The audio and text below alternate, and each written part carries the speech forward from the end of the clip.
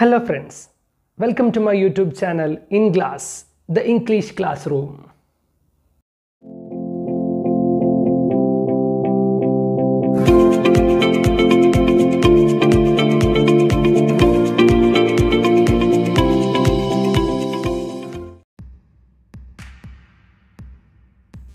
ഇന്നത്തെ ക്ലാസ്സിൽ നമ്മൾ ചർച്ച ചെയ്യാൻ പോകുന്നത് അമാൻഡ മിക്കാലോ പൗലോയുടെ സ്പീച്ചിൽ നിന്നുള്ള ചില ഭാഗങ്ങളായിട്ടുള്ള ഡിവൈഡഡ് ടൈംസ് എന്ന ചാപ്റ്ററിൻ്റെ രണ്ടാം ഭാഗമാണ്. ഇതിൻ്റെ ആദ്യ ഭാഗം നമ്മൾ ആൾറെഡി ക്ലാസ് എടുത്ത് കഴിഞ്ഞു. അത് കാണാത്തവർ ആദ്യ ഭാഗം കണ്ടതിന് ശേഷം അതിൻ്റെ ബാക്കി ഭാഗം ഡിസ്കസ് ചെയ്യുന്ന ഈ ക്ലാസ്സിലേക്ക് വരിക. ഓക്കെ, അപ്പോൾ നമുക്ക് സ്റ്റാർട്ട് ചെയ്യാം. കഴിഞ്ഞ ക്ലാസ്സിൽ ആരാണ് അമാൻഡ മിക്കാലോ പൗലോ എന്നും അവരെ പറ്റിയുള്ള ചെറിയൊരു ഇൻട്രൊഡക്ഷൻ നമ്മൾ പഠിച്ചു കഴിഞ്ഞു. അതുപോലെ തന്നെ ഡിവൈഡഡ് ടൈംസ് എന്ന ടോപ്പിക്ക്, അതുപോലെ അതിനകത്ത് ചർച്ച ചെയ്യുന്ന കാര്യങ്ങളുടെ ഒരു തുടക്കവും നമ്മൾ പറഞ്ഞു കഴിഞ്ഞു. അതിൻ്റെ ബാക്കി ഭാഗത്തിലേക്ക് പോകാം. But Hamlet too seems bizarre in the eyes of Claudius and Gertrude. Classic വർക്കുകളായിട്ടുള്ള ഹോമറിൻ്റെ ഒഡീസി, ഷേക്സ്പിയറിൻ്റെ ഹാംലെറ്റ് പോലെയുള്ള കൃതികളിലെ കഥാപാത്രങ്ങളിൽ നിന്ന് അവയ്ക്കെല്ലാം ഒരു മോഡേൺ ഔട്ട്ലുക്ക് ഉണ്ട് എന്നും അത് നമുക്ക് വിശ്വസിപ്പിച്ച് തരുന്ന രീതിയിൽ എക്സ്പ്ലെയിൻ ചെയ്യുകയുമാണ് ഈ സ്പീച്ചിൽ, അതല്ലെങ്കിൽ ഈ എസ്സേയിൽ അമാന്ത ചെയ്യുന്നത്, അല്ലേ? അതിൻ്റെ തുടക്ക ഭാഗത്ത് ഹോമറിൻ്റെ ഒഡീസിയസ് കഥാപാത്രം ഇത്താക്കയിൽ വരുന്നതും ഇത്താക്കയിലെത്തുന്നതിന് മുൻപ് ദ്വീപിൽ വന്ന് കയറുന്ന സമയത്ത് ആളുകൾ അയാളുടെ പെരുമാറുന്നത് ഇന്നത്തെ റെഫ്യൂജികളുമായി എങ്ങനെ കമ്പയർ ചെയ്യുന്നു എന്നൊക്കെ നമ്മൾ കഴിഞ്ഞ ക്ലാസ്സിൽ പഠിച്ചാണ്. അതിൻ്റെ ബാക്കിയായിട്ട് അടുത്തത് ഹാംലെറ്റുമായിട്ടുള്ള ബന്ധത്തെയാണ് ഇനി പറയാൻ പോകുന്നത്. But Hamlet too seems bizarre എന്ന് പറഞ്ഞാൽ സ്ട്രേഞ്ച് എന്നർത്ഥം, വിചിത്രമാണ്. In the eyes of Claudius and Gertrude. അല്ലെ, ഹാംലെറ്റിൻ്റെ ഫാദറിൻ്റെ ബ്രദറാണ് ക്ലോഡിയസ്. അതുപോലെ അച്ഛനെ കൊന്ന് രാജാവായ ആളാണ് ക്ലോഡിയസ്. ആൻഡ് ജെർട്രൂഡ് ഹാംലെറ്റിൻ്റെ അമ്മയാണ്. എന്നാൽ പിന്നീട് അച്ഛനെ കൊന്നുകളഞ്ഞ ഫാദറിൻ്റെ ബ്രദറിനെ എന്ത് ചെയ്യുന്നു? കല്യാണം കഴിക്കുന്നു, ജെർട്രൂഡ്. ഈ രണ്ടു പേർക്കും മുമ്പിൽ നമ്മുടെ ഹാംലെറ്റും എന്താണ്? വളരെ സ്ട്രേഞ്ചാണ്. അവരുടെ കണ്ണുകളിലൂടെ നോക്കുമ്പോൾ ഹാംലെറ്റ് അവർക്ക് വിചിത്രമായ ഒരാളാണ്. And Don Quixote is a mad man to the villagers he encounters. ഇനി അടുത്തൊരു കഥാപാത്രത്തെ പറ്റി പറയുകയാണെങ്കിൽ നമ്മൾ നേരത്തെ ഡിസ്കസ് ചെയ്തിരുന്നതാണ്, അല്ലേ? Don Quixote. ഈ Don Quixote is a mad man. അയാൾ മറ്റുള്ളവർക്കൊരു ഭ്രാന്തനാണ്. ആർക്ക്? To the villagers he encounters. അദ്ദേഹം എതിരിടുന്ന വില്ലേജേഴ്സിന് ഇയാളൊരു ഭ്രാന്തനാണ്. പറഞ്ഞില്ലേ, ഒരു നൈറ്റ്, അല്ലെ, ഒരു ഫാർമറായിരുന്ന ആൾ താനൊരു നൈറ്റാണ് എന്ന് പറഞ്ഞ് നടക്കുന്ന, ഒരു പോരാളിയാണെന്ന് പറഞ്ഞ് നടക്കുന്നത്. When they ask him why he is wandering around in an armor during peace time. എല്ലാവരും അയാളോട് ചോദിക്കും, why he wandering around, എന്തിനാണ് താങ്കൾ ഇങ്ങനെ അലഞ്ഞു തിരിഞ്ഞ് നടക്കുന്നത്? ഇൻ എ പീസ് ടൈം, അല്ലേ, ഒരു സമാധാന കാലത്ത്. In armour during piece time, ഒരു ആർമറിൽ ഒരു പടച്ചട്ടയുമൊക്കെ ഏന്തി ഒരു പോരാളിയെപ്പോലെ ഒരു സമാധാന കാലത്ത്, യുദ്ധമൊന്നും ഇല്ലാത്തൊരു സമയത്ത് താങ്കൾ എന്തിനാണ് ഇങ്ങനെ നടക്കുന്നതെന്ന് എല്ലാവരും ചോദിക്കും അദ്ദേഹത്തോട്. He presents himself as a wandering knight. എന്നാൽ അദ്ദേഹം അയാൾ തന്നെ പരിചയപ്പെടുത്തും, അല്ലെങ്കിൽ ഇയാൾ സ്വയം പറയും, he presents himself as a wandering knight. ഞാൻ അലഞ്ഞു തിരിഞ്ഞ് നടക്കുന്ന ഒരു പോരാളിയാണ്. എന്താ കാരണം? An ambassador of God on earth. ഭൂമിയിലേക്ക് ദൈവം അയച്ച ഒരു അംബാസിഡറാണ്, അല്ലേ, ദൈവത്തിൻ്റെ ഒരു പ്രതിനിധിയാണ് താൻ എന്ന് പറഞ്ഞ് അയാൾ ഇങ്ങനെ അലഞ്ഞു നടക്കും. അയാളെ കാണുമ്പോഴും മറ്റുള്ളവർക്ക് എന്താണ്? ഇയാളൊരു ഭ്രാന്തനാണ്. ഗോയ്ദേഴ്സ് വെർദർ ഈസ് ക്രേസി വിത്ത് ലവ്. ഇനി അടുത്ത കഥാപാത്രം, അല്ലെ, ഗോയ്ദയുടെ വെർദർ. ഇതും നമ്മൾ കഴിഞ്ഞ ക്ലാസ്സിൽ പറഞ്ഞിരുന്നതാണ് ഇതിൻ്റെ തുടക്കം. ഗോയ്ദേസ് Werther is crazy with love. ഇയാൾക്ക് സ്നേഹം കൊണ്ട് ഭ്രാന്താണ്, അല്ലേ? കാരണം അതെന്ത് തരത്തിലുള്ള പ്രണയമാണെന്ന് നമ്മൾ പറഞ്ഞു. കാരണം മറ്റുള്ള ആളുടെ ഭാര്യയോടാണ് സ്നേഹം. Goethe's Werther is crazy with love. Charlotte എന്നാണ്, അല്ലേ, കഥാപാത്രത്തിൻ്റെ പേര്. ആൻഡ് വിളിക്കുന്ന പേര് ഇതിൽ കാണുന്നുണ്ട്. And sends his servant to Lotte's house. തൻ്റെ കാമുകിയുടെ വീട്ടിലേക്ക് തൻ്റെ വേലക്കാരനെ അയക്കുകയാണ് ഭ്രാന്തനായ ഈ കാമുകൻ ചെയ്യുന്നത്. വെർദർ ചെയ്യുന്നത് send his servant to Lotte's house. തൻ്റെ കാമുകിയുടെ വീട്ടിലേക്ക് അയക്കുന്നു. എന്തിനാണ്? Merely so he can have someone close by who he says. എന്താണ്? എന്തിനാണ് സർവൻറ്റിനെ തൻ്റെ കാമുകിയുടെ വീട്ടിലേക്ക് അയക്കുന്നത്? He says he has close to her too. തൻ്റെ കാമുകിയുടെ സാമീപ്യമുള്ള ഒരാൾ തൻ്റെ സമീപത്തിലും ഉണ്ടാവുമല്ലോ എന്ന് ഉള്ള ഒരു അനുഭവത്തിന് വേണ്ടി മാത്രമാണ്. അതിൽ വിചിത്രത നിങ്ങൾക്ക് മനസ്സിലാവുന്നുണ്ടാവുമെന്ന് വിചാരിക്കുന്നു. തൻ്റെ സർവൻറ്റിനെ കാമുകിയുടെ വീട്ടിലേക്ക് അയക്കുന്നു. എന്തിനാ? കാമുകിയുടെ സാമീപ്യം അറിഞ്ഞ ഒരാൾ തൻ്റെ കൂടെ ഉണ്ടല്ലോ, തൻ്റെ കൂടെ ഉണ്ടാകുമല്ലോ എന്ന് തോന്നലിന്. അപ്പോൾ എത്രത്തോളം ഭ്രാന്തമായ പ്രണയമാണെന്നുള്ളത് അതിനകത്ത് തന്നെ കാണിക്കുന്നുണ്ട്. ഈ ആളുകളോടെല്ലാം, ഈ കഥാപാത്രങ്ങളോടെല്ലാം മറ്റുള്ളവർ കണ്ടത് ഒരു വിചിത്രമായ നോട്ടത്തിലൂടെ തന്നെയാണ് എന്ന് പറഞ്ഞു ഉറപ്പിക്കുകയാണ് ഈ പാരഗ്രാഫിൽ ചെയ്യുന്നത്. അത് ഹാംലെറ്റിനോടാണെങ്കിലും ഡോൺ കിഹോട്ടിനോടാണെങ്കിലും അതേപോലെ ഗോയിതയുടെ വെർദർ എന്ന കഥാപാത്രത്തിനോടാണെങ്കിലും മറ്റുള്ളവർ ഒരു വിചിത്രനായ ആളായിട്ടാണ് അയാളെ അല്ലെങ്കിൽ ആ ആളുകളെ കണ്ടത്. The characters in these books were who encounter those paradigmatic heroes as lovers, rivals, servants, friends, or random passerby thing, the way we have been taught to think when we encounter something unusual. The characters in this book who encounter those paradigmatic heroes, the characters in this book, നമ്മളിപ്പോൾ ഈ പറഞ്ഞ ഈ പുസ്തകത്തിലെ കഥാപാത്രങ്ങൾ, who encounter those paradigmatic heroes, ഈ കഥാപാത്രങ്ങൾ നമ്മൾ meet ചെയ്യുമ്പോൾ, എൻകൗണ്ടർ ചെയ്യുമ്പോൾ, who encounter those ആരെയാണ് നമ്മൾ കാണാൻ പറ്റുക? പാരാഡിഗ്മാറ്റിക് ഹീറോസ്, ടിപ്പിക്കലായിട്ടുള്ള സ്ഥിരമായിട്ടുള്ള നായകന്മാരാണ്. ഹീറോസ് ആസ് നമ്മളെ എങ്ങനെയൊക്കെ കാണുക? ലവേഴ്സ് അല്ലെ, കാമുകന്മാരായിട്ട്, റൈവൽ എതിരാളികളായിട്ട്, സെർവൻസ് വേലക്കാരായിട്ട്, സുഹൃത്തുക്കളായിട്ട്, friends and random passer by ഇങ്ങനെ വെറുതെ കടന്നു പോകുന്നവരായിട്ടുണ്ടാവും. Think the way we have been taught to think. അത്തരത്തിൽ ഈ ആളുകളെല്ലാം ഈ നായകനെയും കഥാപാത്രത്തെയും പറ്റി ചിന്തിക്കുന്നത് എങ്ങനെയാണ്? നമ്മൾ പറഞ്ഞു കൊടുക്കുന്ന രീതിയിലാണ്. When we encounter something unusual, നമ്മൾ വിചിത്രമായൊരു സംഭവത്തെ കാണുമ്പോൾ, ഇപ്പോൾ ആ കൂട്ടത്തിലുള്ള ഓരോ കഥാപാത്രത്തെ കാണുമ്പോഴും മറ്റുള്ളവർക്ക് വരുന്ന ഫീലിംഗ് എന്താണ്? അവർക്ക് പറഞ്ഞു കൊടുത്തിട്ടുണ്ട് ഇന്നൊരാൾ മോശമാണ്, ഇന്നത് ചെയ്യുന്നത് മോശമാണ് എന്നൊക്കെ പറഞ്ഞു കൊടുത്തിട്ടുണ്ട്. അപ്പോൾ അങ്ങനെ ഒരു കാഴ്ചപ്പാടാണ് മറ്റുള്ള കഥാപാത്രങ്ങൾക്ക് ഈ നായകനോടോ കേന്ദ്ര കഥാപാത്രത്തിനോടോ ഉള്ളത്. When we encounter something unusual, നമ്മൾ വിചിത്രമായ എന്തെങ്കിലും ഒന്ന് കണ്ടുമുട്ടപ്പെട്ടാൽ, എൻകൗണ്ടർ ചെയ്താൽ, മീറ്റ് ചെയ്താൽ, അല്ലെങ്കിൽ കുറച്ച് എക്സാജറേറ്റ് ആയിട്ടുള്ള കുറച്ച് അല്ലേ, ഇപ്പോൾ പ്രണയം തന്നെയാണ്, പക്ഷേ പ്രണയം ഒന്ന് എക്സാജറേറ്റ് ചെയ്തപ്പെട്ടാണ് വെർദറിൻ്റെ ഭാഗത്തുണ്ടായത്. അങ്ങനെ എക്സാജറേറ്റ് ചെയ്യപ്പെട്ടാൽ, ഓർ ഫോറിൻ, നമ്മൾ ഇതുവരെ കണ്ട് പരിചയമില്ലാത്ത ഒരാളെ ഒരു സ്വഭാവ പെരുമാറ്റം നമ്മൾ പുതുതായി എന്തെങ്കിലും ഒന്ന് കണ്ടാൽ. Odysseus is a filthy shipwrecked sailor. Odysseus നമുക്കാരാണ്? ഒരു വൃത്തികെട്ട അല്ലെ, ഒരു വൃത്തികെട്ട ഷിപ്പ് ബ്രക്കഡ് സെയിലർ, കപ്പൽ തകർന്നു പോയ ഒരു നാവികനാണ്. ഹാംലെറ്റ് സീസ് ഗോസ്റ്റ്. ഹാംലെറ്റിനോ പ്രേതങ്ങളെയും അല്ലെ ഭൂതങ്ങളെയൊക്കെ കാണാൻ കഴിവുള്ള ആളാണ്. വിചിത്രമാണ്, അയാൾ സാധാരണക്കാരനല്ല.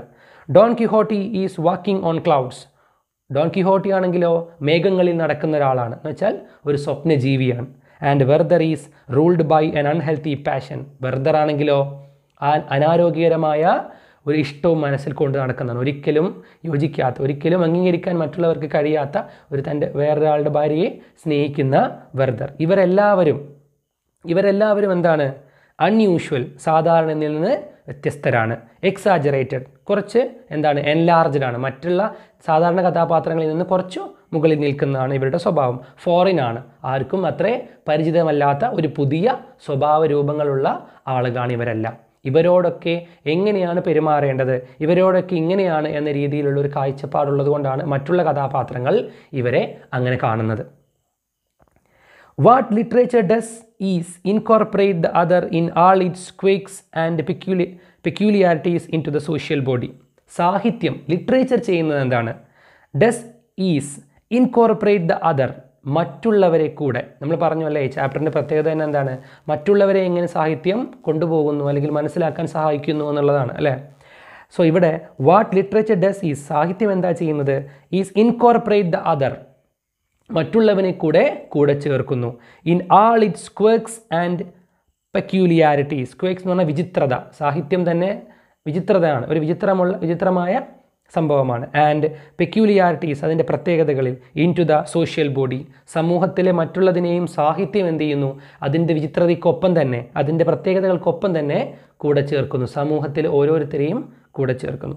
It allows for difference. സാഹിത്യം എപ്പോഴും എന്തിന് അതീതമല്ല അല്ലേ, ഒരുപാട്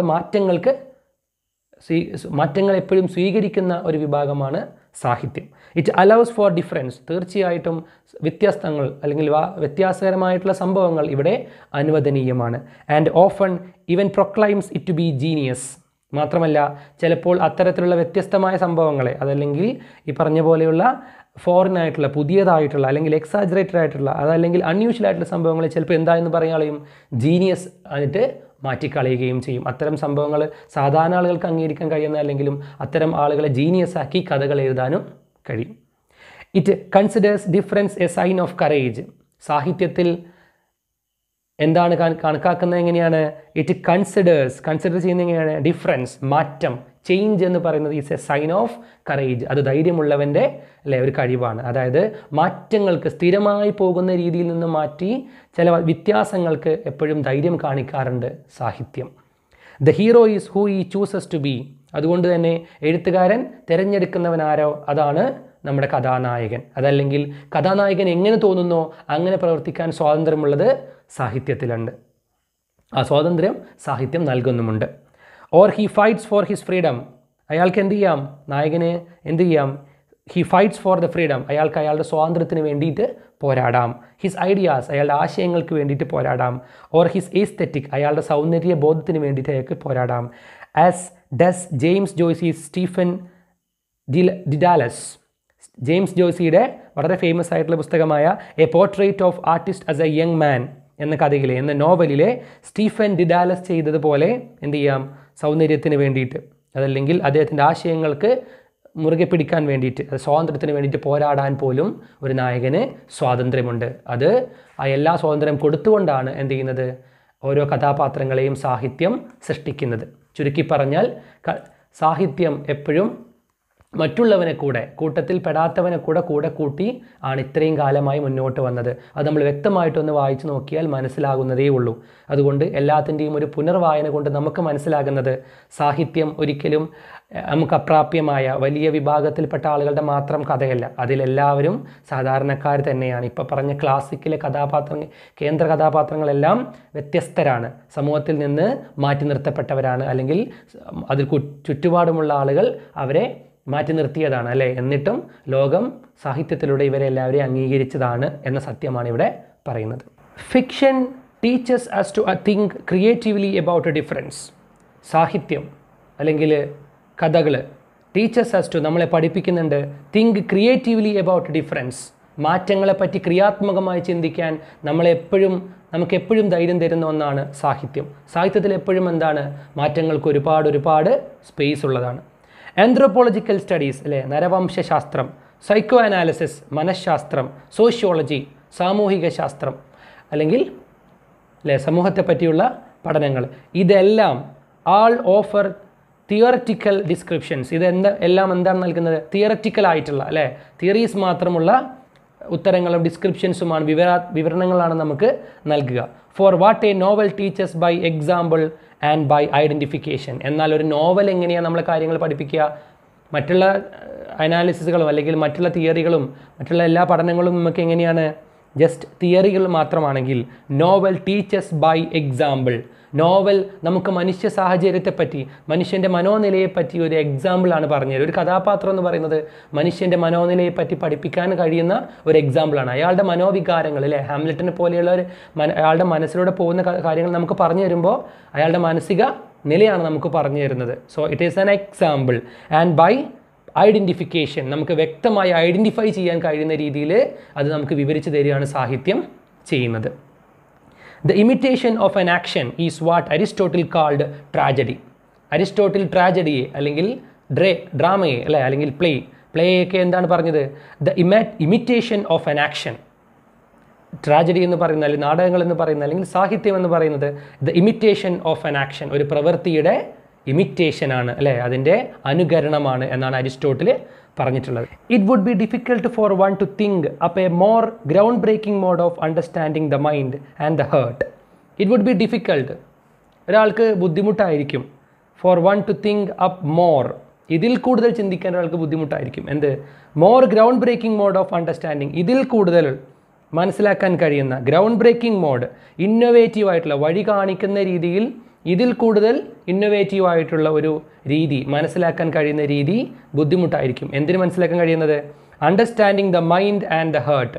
ആളുകളുടെ മനസ്സിനെയും ഹൃദയത്തെയും മനസ്സിലാക്കാൻ കഴിയുന്ന ഒരു ഇന്നോവേറ്റീവ് ആയിട്ടുള്ള ഒരു വഴി കാണിക്കുന്ന രീതി ഇതിനേക്കാൾ രീതിയിൽ നല്ല രീതിയിൽ മനസ്സിലാക്കാൻ ബുദ്ധിമുട്ടായിരിക്കും എന്നാണ് പറയുന്നത്. അതായത് സാഹിത്യത്തോളം മനുഷ്യനെ നേരിട്ട് മനസ്സിലാക്കാനും അയാളുടെ ഓരോ മനോവികാരങ്ങൾ മനസ്സിലാക്കാനും ഉദാഹരണ സഹിതം കഴിയുന്ന മറ്റൊരു രീതി തന്നെ ഉണ്ടാകില്ല എന്നാണ് ഇവിടെ പറയുന്നത്. ഗിൽട്ട് കുറ്റബോധം, ജലസി അസൂയ, ഡെസ്പയർ നിരാശ, വയലൻസ് അഹിംസ, ആങ്സൈറ്റി ആകാംക്ഷ, ഇറാഷണാലിറ്റി അവിവേകം, ദ ഫിയർ ഓഫ് ഡെത്ത് മരണത്തെക്കുറിച്ചുള്ള പേടി, മരണഭയം, ഇതെല്ലാം മനുഷ്യൻ്റെ സഹജമായ സ്വഭാവ രീതികളാണ് അല്ലേ. Nothing that is human is foreign to literature. ഇതാണ് ഈ ചാപ്റ്ററിൽ തന്നെ ഏറ്റവും ഇംപ്രിൻ്റ് ചെയ്ത് വെക്കേണ്ട, നമ്മൾ കൃത്യമായി മനസ്സിൽ ഉറപ്പിച്ച് വെക്കേണ്ട ഒരു കൊട്ടേഷൻ എന്ന് പറയുന്നത്. Nothing that is human is foreign to literature. ഇത്തരത്തിൽ പറഞ്ഞ മാനുഷികമായതൊന്നും എന്തല്ല, സാഹിത്യത്തിന് അന്യമല്ല. മനുഷ്യത്വപരമായിട്ടുള്ള ഒന്നും സാഹിത്യത്തിന് അന്യമല്ല എന്ന് പറഞ്ഞാൽ സാഹിത്യത്തിൽ എന്ത് തന്നെയാണ്? മനുഷ്യത്വപരമായിട്ടുള്ള എല്ലാം, മനുഷ്യന് സഹജമായിട്ടുള്ള, മനുഷ്യനുമായി ബന്ധപ്പെട്ടിട്ടുള്ള എല്ലാം തന്നെയാണ് എന്ത് ചെയ്യുന്നത്? വിവരിക്കപ്പെടുന്നത്. So the more education falls into decline because of a lack of imagination. പല കാരണങ്ങളാൽ, പല ചിന്തകളാൽ വിദ്യാഭ്യാസം നശിച്ചു പോയാൽ, so the more education falls into decline, വിദ്യാഭ്യാസം താഴോട്ട് വന്ന് അല്ലെങ്കിൽ അത് പിന്നോട്ട് പോകേണ്ട ഒരു അവസ്ഥയുണ്ടെങ്കിൽ, because of lack of imagination, ആളുകളുടെ ചിന്ത കൊണ്ട് വിദ്യാഭ്യാസ രീതിയിൽ എന്തെങ്കിലും ഒരു താഴ്ച സംഭവിച്ചാൽ, നോട്ട് ടു മെൻഷൻ ഫണ്ട്, സാമ്പത്തികമായിട്ടല്ല, പൈസയുമായി ബന്ധപ്പെട്ടല്ല എന്ന് അദ്ദേഹം പറയുന്നു. The more literature is called on to serve an another form of education. തീർച്ചയായിട്ടും ലിറ്ററേച്ചർ അവിടെ അതിനെ കവച്ചു വയ്ക്കുന്ന രീതിയിൽ, വിദ്യാഭ്യാസത്തിനെ ഒരു മറുമരുന്ന് എന്ന രീതിയിൽ നമുക്ക് എന്തുപയോഗിക്കാം? ലിറ്ററേച്ചറിനെ ഉപയോഗിക്കാം എന്നാണ് ധൈര്യസമേതം ഇവർ പറയുന്നത്. The more literature is called on to serve as another form of education. വിദ്യാഭ്യാസത്തിൻ്റെ മറ്റൊരു രീതിയായി നമുക്ക് സാഹിത്യത്തെ ഉപയോഗിക്കാം. അതായത് മനുഷ്യനെ മനസ്സിലാക്കാൻ സാഹിത്യം മതി. വിദ്യാഭ്യാസത്തോളം തന്നെ അല്ലെങ്കിൽ മറ്റൊരു രീതിയിലുള്ള വിദ്യാഭ്യാസം തന്നെയാണ് സാഹിത്യത്തിലൂടെയും നടക്കുന്നത് എന്ന് അദ്ദേഹം, കഥകളിലൂടെയും ജീവിതങ്ങൾ തന്നെയാണ് ആളുകൾ പഠിക്കുന്നത് എന്ന് അദ്ദേഹം പറയുന്നു. When we read the emblematic works of the European tradition, we begin to trace the outline of a coded radical understanding of the other. നേരത്തെ പറഞ്ഞു തുടങ്ങിയത് ഇവിടെ അവസാനിപ്പിക്കുകയാണ്. When we read the emblematic works, നമ്മൾ ഇവരുടെ സിംബോളിക്കായിട്ടുള്ള, എംബ്ലമാറ്റിക് എന്ന് പറഞ്ഞാൽ സിംബോളിക്കായിട്ടുള്ള വർക്ക്സ് ഓഫ് യൂറോപ്യൻ ട്രഡീഷൻ, യൂറോപ്പിൻ്റെ പാരമ്പര്യത്തിൽ നിന്ന് അടയാളങ്ങൾ ഉൾക്കൊണ്ടുകൊണ്ട് ആ ഒരു അടയാളം വെച്ചുകൊണ്ട് നമുക്ക് പറഞ്ഞു തരുന്ന കഥകൾ, we begin to trace the outlines of coded, നമുക്ക് എന്ത് മനസ്സിലാക്കി തരുന്നുണ്ട്? നമ്മളതിൽ നിന്ന് കണ്ടെത്തേണ്ടതാണ്. Trace the outlines of a coded radical understanding of the other. കൃത്യമായിട്ട് കോഡ് ചെയ്യപ്പെട്ട റാഡിക്കലായിട്ടുള്ള എന്ന് വെച്ചാൽ അടിസ്ഥാനപരമായിട്ടുള്ള ഒരു അറിവ്, അണ്ടർസ്റ്റാൻഡിങ് ഓഫ് ദ അതർ, മറ്റുള്ളവനെ പറ്റി നമുക്ക് കിട്ടേണ്ടതാണ്. അതായത് യൂറോപ്പിൻ്റെ സാഹിത്യത്തിൽ നിന്ന് സിംബോളിക്കായിട്ടുള്ള അത്തരം കാര്യങ്ങളെ മനസ്സിലാക്കിയെടുക്കുകയാണ് നമ്മൾ വേണ്ടത്. മറ്റുള്ളവനെ അത്രത്തോളം ഇൻകോർപ്പറേറ്റ് ചെയ്തിട്ടുള്ള ഒരു സാഹിത്യമാണ് യൂറോപ്യൻ ലിറ്ററേച്ചർ. അതായത് അതിനകത്ത് നമ്മൾ കാണുന്ന രീതിയല്ല, നമ്മൾ വളരെ ശ്രദ്ധിച്ചു നോക്കിയാൽ എല്ലാവരെയും, ദ അതർ സമൂഹത്തിൽ നിന്ന് മാറ്റി നിർത്തപ്പെട്ട എല്ലാവരെയും ചേർത്ത് നിർത്തിയ സാഹിത്യമാണത്. അത് നമ്മൾ മനസ്സിലാക്കി എടുക്കുകയാണ്, അതിൻ്റെ പ്രാധാന്യം നമ്മൾ ഉൾക്കൊള്ളുകയാണ് വേണ്ടത്. Unconsciously we begin to accept that the other is always a mystery. നമ്മൾ അറിയാതെ, അൺകോൺഷ്യസ്ലി നമ്മുടെ ഉപബോധ മനസ്സ് നമ്മൾ അറിയാതെ നമ്മൾ എന്താ ചെയ്യുന്നത്? We begin to accept that the other is always a mystery. Other, മറ്റുള്ളവർ അല്ലെങ്കിൽ മറ്റുള്ളത് എന്ന് പറയുന്നത് ഒരു നിഗൂഢമായ കാര്യമാണെന്ന് നമ്മൾ ചിന്തിക്കുന്നു. And that easy characterisations lead nowhere. അങ്ങനെ നമ്മൾ ഈസി ആയിട്ട് മറ്റുള്ളവരെ എന്ന് പറയുന്നത് അങ്ങനെയൊന്നും ഇല്ല എന്ന് നമ്മൾ ചിന്തിച്ചു കഴിഞ്ഞാൽ നമ്മളത് എവിടെയും എത്തിക്കില്ല. അങ്ങനെയുള്ളൊരു ക്യാരക്ടറൈസേഷൻ ലീഡ് നോവർ, നമ്മളെ എവിടെയും എത്തിക്കില്ല. Imagine if Odysseus were nothing more than a filthy shipwrecked man. നിങ്ങൾ ആലോചിച്ച് നോക്കൂ, ഈ ഒഡീസിയസ് എന്ന രാജാവ്, Odysseus were nothing more than a filthy shipwrecked man, അയാൾ ഒരു കപ്പൽ തകർന്ന അല്ലെങ്കിൽ ഒരു ഫിൽത്തി ആയിട്ടുള്ള വൃത്തികെട്ട ഒരു ആളല്ല എന്നൊന്ന് ചിന്തിച്ചു നോക്കൂ. അങ്ങനെ ആലോചിക്കാൻ നമുക്ക് കഴിയുമോ എന്നാണ്. And think just how much we learn from his arrival on the island of the Phaeacians about the people arriving every day on European ഷോസ്. അതായത് ഇനി നിങ്ങളൊന്ന് ആലോചിച്ച് നോക്കൂ, ഇനിയൊന്ന് നിങ്ങൾ കമ്പയർ ചെയ്ത് നോക്കൂ. നമ്മുടെ ഒഡീസിയസ് കപ്പൽ തകർന്ന് അവിടെ എത്തുന്നതും ഫെസീഷ്യൻസിൽ എത്തുന്നതും about the people arriving every day on Europe shore, യൂറോപ്പിൻ്റെ തീരങ്ങളിൽ അഭയാർത്ഥികളായ ആളുകൾ കയറി വരുന്നതും ഒന്ന് ആലോചിച്ച് നോക്കൂ. രണ്ടും ഒന്ന് തന്നെയാണ്. രണ്ടും എന്താണ്? ഇത്തരത്തിൽ തോറ്റുപോയ ജീവിതത്തിൽ അല്ലെങ്കിൽ രക്ഷപ്പെട്ട് ഓടി വരുന്ന കയറി വരുന്ന സ്ഥലത്ത് ആണ്. അവിടെ ആളുകളുടെ കാഴ്ചപ്പാടുകൾ ഇപ്പോഴും കഥകളിലും ഒന്ന് തന്നെയാണ് എന്നാണ് അദ്ദേഹം പറയുന്നത്. If we leave the treatment of the refugee crisis to the mass media, നമ്മളായിട്ടൊന്നും ചെയ്യാതെ if we leave the treatment of the refugees, ഇത്തരത്തിലുള്ള അഭയാർത്ഥികളുടെ പ്രശ്നങ്ങളെല്ലാം മാധ്യമങ്ങൾ മീഡിയകൾ നോക്കിക്കൊള്ളുമെന്ന് പറഞ്ഞ് നമ്മളത് മാസ് മീഡിയക്ക് ഇത്തരം സംഭവങ്ങൾ പ്രശ്നങ്ങൾ വിട്ടുകൊടുത്താൽ, if we forget the shipwrecked man of literature, സാഹിത്യത്തിലെ കപ്പൽ തകർന്നു പോയ ഒഡീസിയസിനെ നിങ്ങൾ മറന്നുപോയാൽ, from Odysseus and Robinson Crusoe to Michael Turin's Friday, ഇത്തരത്തിൽ ഒരുപാട് കഥാപാത്രങ്ങളുണ്ട്. ഒഡീസിയസ് എന്ന് പറയുന്നത് ഒരു ചെറിയ ഉദാഹരണം മാത്രമാണ്. റോബിൻസൺ ക്രൂസോ, നിങ്ങൾക്ക് എല്ലാവർക്കും അറിയാം, ഡാനിയൽ ഡെഫോയുടെ റോബിൻസൺ ക്രൂസോ. അതുപോലെ തന്നെ മൈക്കൽ ടൗണിയറുടെ ഫ്രൈഡേ. ഇതൊക്കെ എന്താണ്? ഇത്തരത്തിൽ തകർക്കപ്പെട്ട് അല്ലെങ്കിൽ ഒരുപാട് കടലിലകപ്പെട്ട് രക്ഷപ്പെട്ട് വരുന്നവരുടെ കഥയാണ്. We will remain trapped in the stereotypes of refugees. അവരൊക്കെ നമ്മൾ മറന്നുപോയാൽ നമ്മൾ എന്ത് ചെയ്യും? We will remain trapped. നമ്മൾ ആ ട്രാപ്പിൽ തന്നെ അകപ്പെട്ടിരിക്കുകയാണെന്നർത്ഥം. In the stereotypes എന്ന് പറഞ്ഞാൽ സ്ഥിരമായിട്ട് നമ്മൾ കേൾക്കുന്ന of refugees as a homogeneous mass of people who have come to tyrannize the West. നമ്മൾ ആ ഒരു ട്രാപ്പിൽ അകപ്പെട്ടാണ് നിൽക്കുന്നത്. മാധ്യമങ്ങൾക്ക് മാത്രമെല്ലാം വിട്ടുകൊടുത്ത് നമ്മൾ ആ ട്രാപ്പിൽ, സാഹിത്യത്തിൽ നിന്ന് നമ്മൾ ഒന്നും മനസ്സിലാക്കാതെയാണ് ഇരിക്കുന്നതെങ്കിൽ നമ്മളും എന്തായി പോവും? സ്ഥിരം ആളുകളുടെ സ്വഭാവമായി നമ്മളും മാറും. ഓഫ് റെഫ്യൂജീസ്, നമ്മൾ റെഫ്യൂജീസിനെ എങ്ങനെ കാണും? സ്ഥിരം ആയിട്ട് തന്നെ. എങ്ങനെയാണ് സ്ഥിരം? As A homogeneous mass of people. അവരെന്താണ്? ഒരു വിഭാഗം, ഒരു കൂട്ടം, ഒരുപോലെയുള്ള ഹോമോജിനസ്, ഒരുപോലെയുള്ള ഒരു കൂട്ടം ആളുകളായിട്ട് നമ്മൾ അവരെ കാണും. എന്തിന്? Who have come to tyrannise the West. അവർ വെസ്റ്റിനെ, നമ്മുടെ നാടിനെ ദ്രോഹിക്കാൻ വന്നവരാണ്. ടിറനൈസ് അല്ലേ, അതിനെ ഭരിക്കാനോ അല്ലെങ്കിൽ അതിനെ ദ്രോഹിക്കാനോ വന്നവരാണ് എന്ന് നമ്മളവരെ പറ്റി ചിന്തിക്കും. ഇതൊന്നും സാഹിത്യത്തിൽ നിന്നൊന്നും ഉൾക്കൊള്ളാത്തവൻ മാത്രമേ അങ്ങനെ ചിന്തിക്കാൻ കഴിയുള്ളൂ. ആ ആളുകളെപ്പോലെ, ആ കഥാപാത്രത്തെ സ്നേഹിച്ച ആളുകൾ, ഒഡീസിയസിനെ സ്നേഹിച്ച ആളുകൾ ഒരിക്കലും ആ നാട്ടിലെ ആളുകളുടെ പെരുമാറ്റത്തിന് കൂടെ നിൽക്കില്ല, ഒഡീസിയസിൻ്റെ കൂടെ നിൽക്കുകയുള്ളൂ അല്ലേ. അതുപോലെ തന്നെ സാഹിത്യത്തിൽ നിന്ന് നമ്മൾ കാര്യങ്ങൾ മനസ്സിലാക്കിയെടുത്താൽ ഒരിക്കലും വരുന്ന റെഫ്യൂജിയെ ഒരിക്കലും നമുക്ക് എന്ത് ചെയ്യാൻ കാണില്ല? ശത്രുവായിട്ട് കാണാൻ കഴിയില്ല. Literature transforms amorous fear. സാഹിത്യം എന്ത് ചെയ്യും? ട്രാൻസ്ഫോംസ്, എപ്പോഴും മാറ്റിമറിക്കും. അമോർഫസ് ഫിയർ, വിരൂപമായ, രൂപമില്ലാത്ത പേടിയെ, ആൻഡ് പിറ്റി ഇൻറ്റു ഇൻഡിവിജ്വാലിറ്റീസ്. നമ്മൾ ആ പേടിയെയും പിറ്റിയെയും, അതായത് നമുക്കുള്ള ചെറിയ ഇത്തരത്തിലുള്ള പേടികൾ, അതല്ലെങ്കിൽ ഇവർ നമ്മളെ നാടിനെ തകർക്കാൻ വരുന്നവരാണോ, അതല്ലെങ്കിൽ ഇവരോടുള്ള പുച്ഛവും, ഒരു കൂട്ടം ആളുകൾ സ്വന്തം നാട്ടിലാർക്ക് പോലും വേണ്ടാത്തവർ എന്നൊക്കെ നമുക്ക് അവരോട് തോന്നുന്നൊരു പിറ്റിനെസ്, അവരോട് തോന്നുന്ന പുച്ഛവും എല്ലാം മാറി മറിയും സാഹിത്യബോധം ഒരാൾക്കുണ്ടെങ്കിൽ. എന്നിട്ടോ ഇൻറ്റു ഇൻഡിവിജ്വാലിറ്റീസ്, ഓരോ വ്യക്തിത്വങ്ങളായി നമ്മൾ മാറും. സ്വയം ഒരു വ്യക്തിത്വമുള്ള ആളായി നമ്മൾ മാറും. നമ്മൾക്ക് ഓരോരുത്തരും വരുമ്പോൾ അവരോടൊരു കാഴ്ചപ്പാടുണ്ടാവും, അവരുടെ ചിന്തയുണ്ടാവും. അവർ നമ്മുടെ കൂട്ടത്തിലുള്ളവരാണ്, ദ അതർ അല്ലേ, മറ്റുള്ളവരല്ല എന്ന ബോധം ഒരു സാഹിത്യ ബോധമുള്ളവന് തീർച്ചയായിട്ടും ഉണ്ടാവും.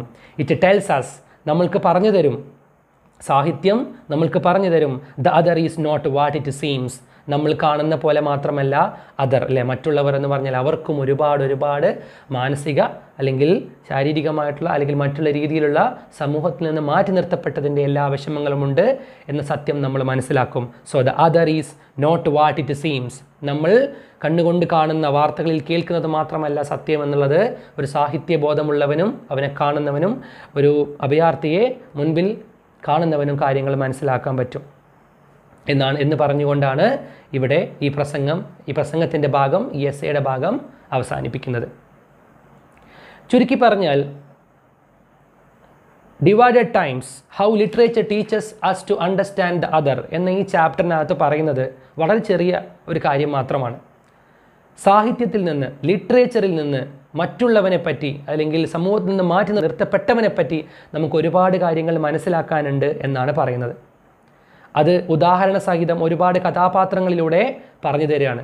എല്ലാ കഥാപാത്രങ്ങളും സത്യത്തിൽ ദ അതർ അല്ലേ, സമൂഹത്തിൽ നിന്ന് മാറ്റി നിർത്തപ്പെട്ടവൻ തന്നെയാണ്. അതുകൊണ്ട് സാഹിത്യബോധമുള്ളവന് എല്ലാവരെയും ഒരുപോലെ കാണാനും എല്ലാവരും നമ്മുടെ കൂടെയുള്ളവരാണെന്നും ഡിവൈഡ് ചെയ്യാതെ, സമൂഹത്തെ കീറി മുറിക്കാതെ ഒന്നിപ്പിച്ച് നിർത്താൻ കഴിയുമെന്നും ഇവിടെ പറഞ്ഞുറപ്പിക്കുകയാണ്. സാഹിത്യത്തിൻ്റെ പ്രാധാന്യത്തെപ്പറ്റി തന്നെയാണ് ഈ എസ്സയിലുടനീളം അമാൻഡ മിക്കാലോ പൗലോ പറഞ്ഞ് അവസാനിപ്പിക്കുന്നത്. ഇന്നത്തെ ക്ലാസ് ഇതോടുകൂടി അവസാനിക്കുന്നു. ക്ലാസ് നിങ്ങൾക്ക് ഇഷ്ടപ്പെട്ടു എന്ന് വിശ്വസിക്കുന്നു. ഇതുപോലുള്ള ക്ലാസ്സുകൾ നിങ്ങൾക്ക് ഇനിയും ലഭിക്കാൻ വേണ്ടിയിട്ട് എൻ്റെ ചാനൽ സബ്സ്ക്രൈബ് ചെയ്യുക. ഈ വീഡിയോ നിങ്ങൾക്ക് ഇഷ്ടമായിട്ടുണ്ടെങ്കിൽ ലൈക്ക് ചെയ്യുക, ഷെയർ ചെയ്യുക. അടുത്തൊരു ക്ലാസ്സിൽ മറ്റൊരു ചാപ്റ്ററുമായിട്ട് നമുക്ക് വീണ്ടും കാണാം. അതുവരേക്കും ബൈ.